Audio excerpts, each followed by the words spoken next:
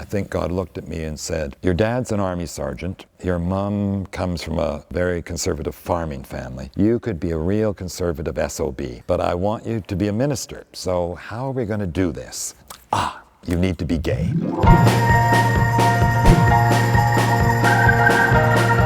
There was a level when I tried to be very polite, and there was a time when I finally just said in a public letter that in fact it's bad biblical interpretation that allows churches to say homosexuality is sinful, and it is really just using religion to justify an existing social prejudice. And the church has done that frequently. We have done some terrible things in the name of God and used religion and selected biblical texts to suppress women, to justify slavery, to justify an exploitation of the earth itself. And if you go more deeply and more faithfully into biblical work, you discover a God who delights in diversity. I'm convinced God is not concerned at all about the gender of who you partner with. I think God, the Spirit, is urging and inviting each of us into the fullness of life. And that does not mean denying your sexuality or your orientation.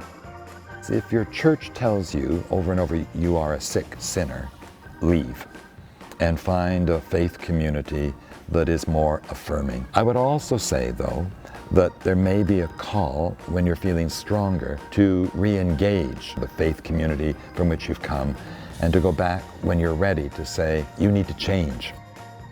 I want people to understand how we fit in a great web of relationships in a 15 billion year old universe, and that Einstein question that floats, is the universe friendly, is, I think, in faith answered with a great yes.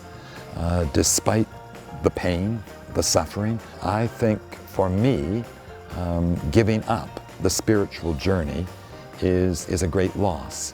Though I surely understand people who say they're spiritual but not religious. I say to them, I'm spiritual and religious, and I think it can work.